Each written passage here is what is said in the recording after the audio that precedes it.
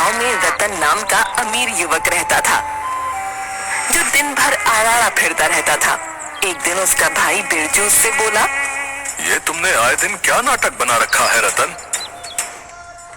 मैं कुछ समझा नहीं भैया। रतन, तुम पूरे 21 वर्ष के हो चुके हो। हमारा इतना बड़ा अनाज का व्यापार है, आखिर तुम मेरे साथ गोदाम में क्यों नहीं बैठते? भैया, ये मेरे खेलने कूदने की उम्र है, मेरा भी काम करने का बिल्कुल भी मन नहीं है। रतन, माँ और पिताजी के जाने के बाद तुम ही मेरी जिम्मेवारी हो। मैं नहीं चाहता कि तुम दिन भर ऐसे ही आवारागर्दी करते रहो। कल को मुझे तुम्हारा विवाह भी करना है। सीधे सीधे क्यों नहीं कहते भैया कि माँ और पिताजी के जाने के बाद मैं आपको बोझ लगने लगा हूं? रतन की बात सुनकर बिरजू क्रोधित होकर बोला, अपनी जुबान को लगाम दो रतन। तुम अपने बड़ों से बात करने की बिल्कुल तमीज भूल गए हो। रतन बिरजू की बात को नजरअंदाज करके क्रोधित होकर घर से बाहर निकल गया। तभी बिरजू की पत्नी आरती आकर बिरजू से बोली, रतन अब जवान हो चुका है, आपका उसे इस तरह डांटना शोभा नहीं देता। सुना तुमने आरती, उसने क्या कहा? मैं उसे बोझ समझता हूँ। आप चिंता मत कीजिए, धीरे धीरे वो सब समझ जाएगा। इधर रतन गांव में फिर से आवारागर्दी करने लगा। तभी उसकी नजर मुखिया की बेटी झुमरी पर पड़ी। रतन उसके पास जाकर बोला, मैं तुमसे काफी दिनों से बात करना चाह रहा था झुमरी। देखो रतन, मैं तुमसे तंग आ चुकी हूँ। तुम गांव में मुझसे इस तरह की बातें करते हो और गांव वाले मेरे और तुम्हारे बीच को लेकर कुछ और ही समझते हैं। उन्हें जो समझना है समझने दो। जल्दी बोलो, क्या बात करनी है? झुमरी, मैं तुमसे प्रेम करता हूँ और तुमसे विवाह करना चाहता हूँ। रतन की बात सुनकर झुमरी का गुस्सा सातवें आसमान पर पहुंच गया। मेरे पिता इस गांव के मुखिया हैं रतन, और वो मुझे कॉलेज सिर्फ इस वजह से पढ़ने भेजते हैं कि उन्हें मुझ पर भरोसा है। मैं उनके विश्वास को नहीं तोड़ सकती। आइंदा अगर मेरे पीछे आए ना और मुझसे बात करने की कोशिश की तो मैं तुम्हारी शिकायत अपने पिताजी से कर दूंगी। तुम्हें जिससे शिकायत करनी है तुम कर सकती हो। अगर तुम्हारे पिताजी गांव के मुखिया हैं तो मैं भी कोई कम अमीर नहीं हूँ। तुम्हारे पिताजी जैसों को खरीद सकता हूँ मैं। इतना कहकर रतन वहां से चला गया। शाम को जब रतन घर आया तो उसने देखा कि मुखिया उसके भाई बिरजू के पास बैठा था। बिरजू रतन से बोला, ये मैं क्या सुन रहा हूँ रतन? अब तुम आवारागर्दी करने के साथ साथ लड़कियों को भी छेड़ने लगे। मैंने किसी को नहीं छेड़ा भैया। मैं मुखिया जी की बेटी से प्रेम करता हूँ, उससे विवाह करना चाहता हूँ। प्रेम करते हो? प्रेम शब्द का मतलब भी समझते हो तुम? तभी मुखिया बिरजू की ओर देखकर बोला, बिरजू, मेरा ख्याल है मेरे जाने के बाद तुम रतन को समझा देना। ये समझदार है, समझ जाएगा। नादानी में लड़के ऐसी गलतियां कर ही देते हैं। नहीं मुखिया जी, आज मैं फैसला करके रहूंगा। आज तो इसने हद पार कर दी है। इतना बोलकर बिरजू रतन से बोला, रतन, मैं तुम्हारा विवाह अगर मुखिया जी की बेटी झुमरी से करा दूं तो तुम उसे खिलाओगे क्या? तुम करते क्या हो? तुम्हारी महीने की आमदनी कितनी है? अपने भाई की बात सुनकर रतन का दिमाग पूरी तरह से खराब हो गया। भैया, मत भूलिए कि पिताजी ने अपने जीवन में बहुत सारा धन और संपत्ति बनाई है। उसमें से आधा हिस्सा मेरा भी है। जानता हूं, लेकिन तुम्हारे जैसे नौजवान को जब पिता की संपत्ति और दौलत मिलती है ना, तो वो उसे मिटाने में ज्यादा दिन नहीं लगाते। क्योंकि तुम लोगों की बस यही समस्या है कि तुम मेहनत नहीं करना चाहते। आप क्या कहना चाहते हैं भैया? यही कि अगर पिताजी अपनी संपत्ति तुम्हारे नाम ना करते तो तुम भीख मांगने के लिए एक कटोरा भी नहीं खरीद पाते। पिताजी की संपत्ति की हक की बात करने से पहले एक बार ये तो सोच लेते कि पिताजी के काम में तुमने कितना हाथ बटाया है। बिरजू की बात सुनकर रतन क्रोधित होकर बोला, अगर ऐसी बात है तो मुझे पिताजी की संपत्ति भी नहीं चाहिए, नहीं मुझे ये घर चाहिए। मैं घर छोड़कर जा रहा हूँ। रतन, मेरी बात सुनो रतन। मुझे कुछ नहीं सुनना मुखिया जी। मेरे घर के मैटर में आप ना ही पड़े तो अच्छा है। इतना बोलकर रतन क्रोधित होकर वहां से चला गया। आरती बिरजू से बोली, ये आपने सही नहीं किया। आपको रतन से इतना कठोर रवैया नहीं अपनाना चाहिए था। नहीं आरती, अगर आज मैं कठोर रवैया नहीं अपनाता तो रतन के हौसले और बुलंद हो जाते। जो भाई अपने छोटे भाई को डांटते नहीं, वो अपने भाई के सबसे बड़े दुश्मन होते हैं। रतन क्रोधित होकर अपने गांव की सीमा से बहुत दूर एक दूसरे गांव की ओर चला गया। उसके पास खाने तक के पैसे नहीं थे। रतन भूखा प्यासा थक हार कर एक गांव की सीमा पर बनी झोपड़ी के सामने बैठकर रोने लगा। आज अगर मेरे पिताजी और माँ जीवित होती तो क्या भैया मेरे साथ ऐसा व्यवहार करते? मेरा इस दुनिया में कोई नहीं है। रतन नहीं जानता था कि झोपड़ी के अंदर कन्हैया नाम का उसका ही हम उम्र युवक रहता था। कन्हैया उस झोपड़ी के बाहर निकलकर बोला, कौन हो तुम और मेरी झोपड़ी के बाहर तुम रो क्यों रहे हो? मेरा नाम रतन है। अगर तुम्हें अपनी झोपड़ी के सामने रोने से ऐतराज है तो मैं कहीं और जाकर रो लेता हूँ। मेरा नाम कन्हैया है। लगता है दोस्त घर से काफी नाराज होकर आए हो और अंदर से काफी उदास भी हो और शक्ल से काफी भूखे भी लगते हो। मैंने सुबह से कुछ नहीं खाया और मेरे पास पैसे भी नहीं है, तो चलो मेरे साथ, मैं तुम्हें खाना खिलाता हूँ। रतन उसकी झोपड़ी की तरफ देखने लगा। मेरी झोपड़ी की ओर मत देखो, मैं तुम्हें यहाँ के अच्छे ढाबे पर खाना खिलाऊंगा। लेकिन तुम मुझे खाना क्यों खिलाना चाहते हो? मैं तो तुम्हें जानता भी नहीं। मेरा और तुम्हारा रिश्ता क्या है? दोस्ती? दोस्ती का, इंसानियत का, और इससे बड़ा दुनिया में कोई रिश्ता नहीं होता दोस्त। कन्हैया की आंखों में अपनापन देखकर रतन मुस्कुराते हुए बोला, ठीक है। कन्हैया रतन को ढाबे पर ले गया। रतन ने पेट भर खाना खाया। खाना खाने के बाद वो रतन के साथ झोपड़ी में बैठा हुआ था। तुम करते क्या हो कन्हैया? कुछ नहीं दोस्त, कुछ भी छोटा मोटा काम मिल जाए कर लेता हूँ। छोटा मोटा काम? कहीं तुम चोरी वगैरह तो नहीं करते? अरे नहीं नहीं, छोटा मोटा काम से मतलब है छोटी मोटी मजदूरी। अपनी झोपड़ी को देखकर ये तो तुम समझ ही गए होगे कि ये झोपड़ी एक गरीब की झोपड़ी है। बचपन में ही माता पिता छोड़कर चले गए, तब से मैं अकेला ही हूँ।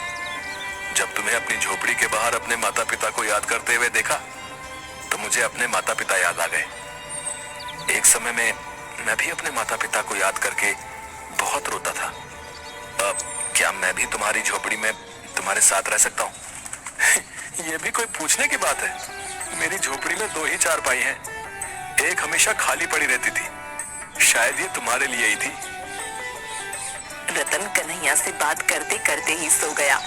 अगले दिन रतन कन्हैया से बोला, अब अगर तुम्हें कोई ऐतराज ना हो दोस्त, तो क्या अब मैं भी तुम्हारे साथ मजदूरी कर सकता हूँ? रतन, तुम्हारे कपड़े देखकर ही मैं समझ गया था कि तुम कोई अमीर घराने से ताल्लुक रखते हो। तुम्हारे हाथ बता रहे हैं कि तुमने आज तक कभी कोई भारी वजन नहीं उठाया। तुम रहने दो। अब नहीं, काम को लेकर मेरे भैया ने मुझे ताना मारा था। मैं भी काम कर सकता हूँ, मैं तुम्हारे ऊपर बोझ नहीं बनूंगा। रतन की बात सुनकर कन्हैया मुस्कुराने लगा। उस दिन के बाद रतन रोज कन्हैया के साथ मजदूरी करने लगा। कुछ ही दिनों में वो दोनों गहरे दोस्त बन गए। मगर रतन कभी कभी अचानक उदास हो जाता था। ये तुम अचानक उदास क्यों हो जाते हो? अगर तुम्हें घर की याद आती है तो तुम चले क्यों नहीं जाते? नहीं, मेरे परिवार वाले मुझे बिल्कुल भी प्यार नहीं करते। अगर थोड़ा सा भी करते होते तो वो मुझे ढूंढते हुए यहाँ जरूर आते।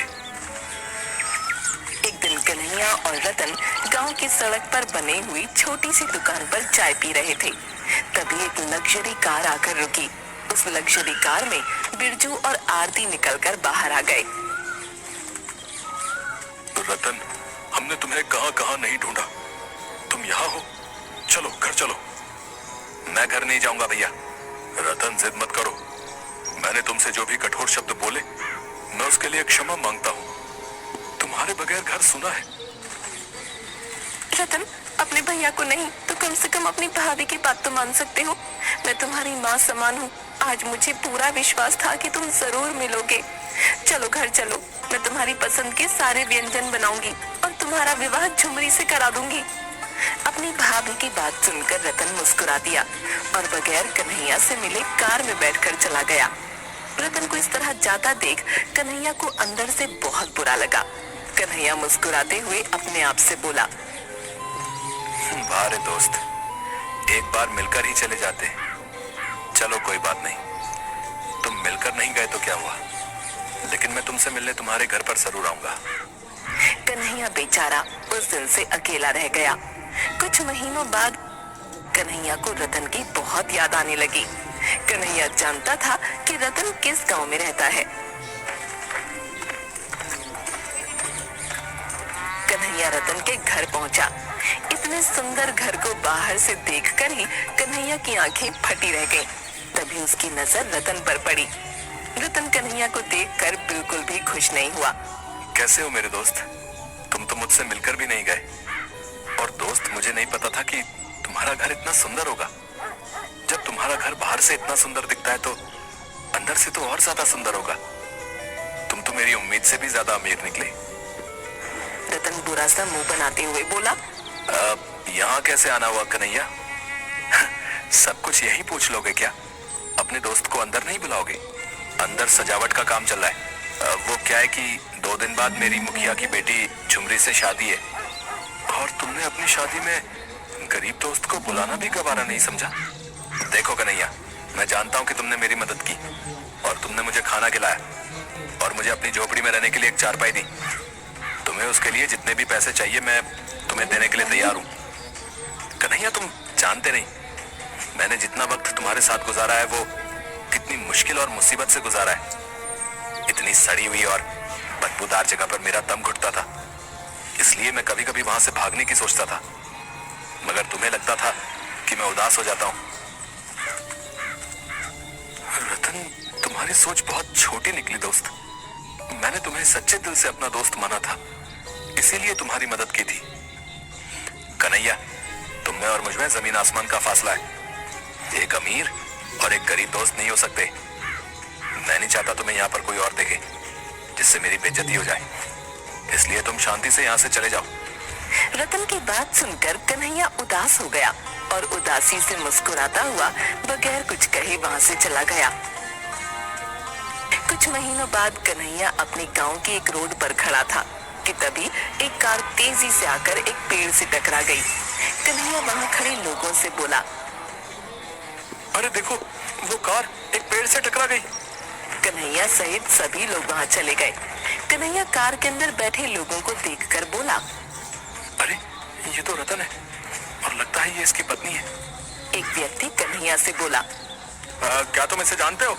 हाँ जानता हूँ, और मैं ये भी जानता हूँ कि ये कहाँ रहता है। अब ये दोनों तो बुरी तरह से जख्मी हैं। इन दोनों को तुरंत अस्पताल में एडमिट कराना होगा भैया। सही कहते हो, एक काम करो, जल्दी से कार से इन दोनों को निकालो। कन्हैया ने उस व्यक्ति की मदद से उन दोनों को अस्पताल में एडमिट कर दिया।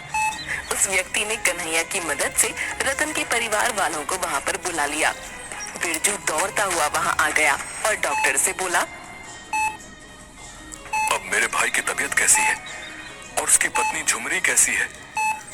देखिए, उनकी पत्नी को तो ज्यादा चोट नहीं है, लेकिन आपके भाई की हालत ठीक नहीं है। क्या कहना चाहते हैं आप? आपके भाई का खून बहुत ज्यादा बह गया है। खून ज्यादा बह जाने की वजह से उनकी दोनों किडनियां डैमेज हो गई हैं। तो फिर आप मेरी किडनी ले लीजिए। आई एम सॉरी, आपकी एज ज्यादा है। डॉक्टर, मेरे भाई के इलाज में जितना भी रुपया खर्च हो जाए उसकी चिंता मत कीजिए, बस मेरे भाई को ठीक कर दीजिए। आप जाकर सबसे पहले खून का इंतजाम करिए, क्योंकि आपके भाई का ब्लड का जो ग्रुप है वो हमें कहीं नहीं मिल रहा। बिरजू पागलों की तरह खून का इंतजाम करने लगा, मगर उसे रतन के ब्लड ग्रुप का कोई ग्रुप नहीं मिला और हर किसी ने अपनी किडनी देने से मना कर दिया।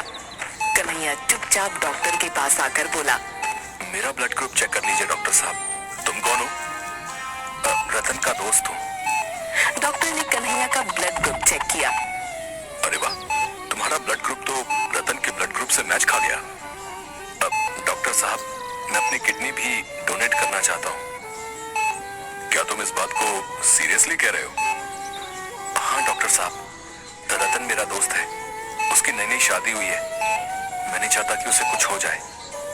जब रतन ठीक हो जाए तो मेरा मैसेज रतन तक आप जरूर पहुंचा दीजिएगा। बस मैं इतना ही चाहता हूं। तुम बिल्कुल पागल इंसान हो। अरे बिरजू बहुत पैसे वाला इंसान है। उसे पता लग गया कि तुमने अपनी किडनी उसके भाई को दान दी है तो वो तो तुम्हें पैसों में तोल देगा। मुझे पैसे नहीं चाहिए। मैं दोस्ती के नाम को बदनाम नहीं करना चाहता। कुछ महीनों बाद रतन बिल्कुल स्वस्थ हो गया और ठीक होकर रतन मिठाई का डिब्बा लेकर डॉक्टर से मिलने अपने भाई के साथ उसके घर पर आया। भैया बता रहे थे कि उन्होंने आपसे बहुत पूछा कि मुझे किडनी किसने दान की है, मगर आपने भैया को नहीं बताया। हाँ रतन, क्योंकि जिसने तुम्हें किडनी और ब्लड डोनेट किया था उसने मुझे सिर्फ तुम्हें ही बताने को बोला था। मैं आपकी बात का मतलब नहीं समझा। उसने अपना नाम कन्हैया बताया था और मुझसे कहा था कि रतन जब स्वस्थ होकर आपसे किडनी डोनेट करने वाले का नाम पता करने आए तो आप उसे मेरा नाम बताना और साथ ही साथ ये भी कहना कि असली दोस्त इसे कहते हैं। रतन से कहना कि अगर उसे दोस्त बनना है तो वो किसी गरीब को बनाए, क्योंकि गरीब ही मुसीबत में काम आते हैं। डॉक्टर की बात सुनकर रतन फूट फूट कर रोने लगा। वो बगैर देरी किए अपनी बाइक लेकर सीधे कन्हैया की झोपड़ी के पास चला गया, मगर उसने देखा उस झोपड़ी के अंदर कोई दूसरा ही व्यक्ति रह रहा था। यहाँ पर तो कन्हैया रहता था, कहाँ गया?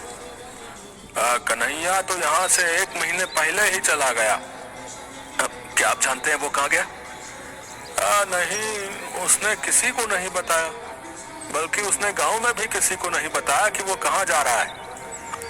हाँ, उसने कहा जरूर था कि कोई रतन नाम का इंसान पता करते करते यहाँ पर आएगा तो उससे कह देना कि दोस्ती का असली मतलब यही होता है। वो भले ही मुझे अपना दोस्त नहीं समझता हो, लेकिन मैंने उससे सच्चे दिल से दोस्ती की थी। उस व्यक्ति की बात सुनकर रतन भारी मन से झोपड़ी के बाहर निकल आया और पागलों की तरह कन्हैया को ढूंढने लगा, मगर कन्हैया उसे आज तक नहीं मिला। कन्हैया रतन को दोस्ती का बहुत बड़ा पाठ सिखा गया था।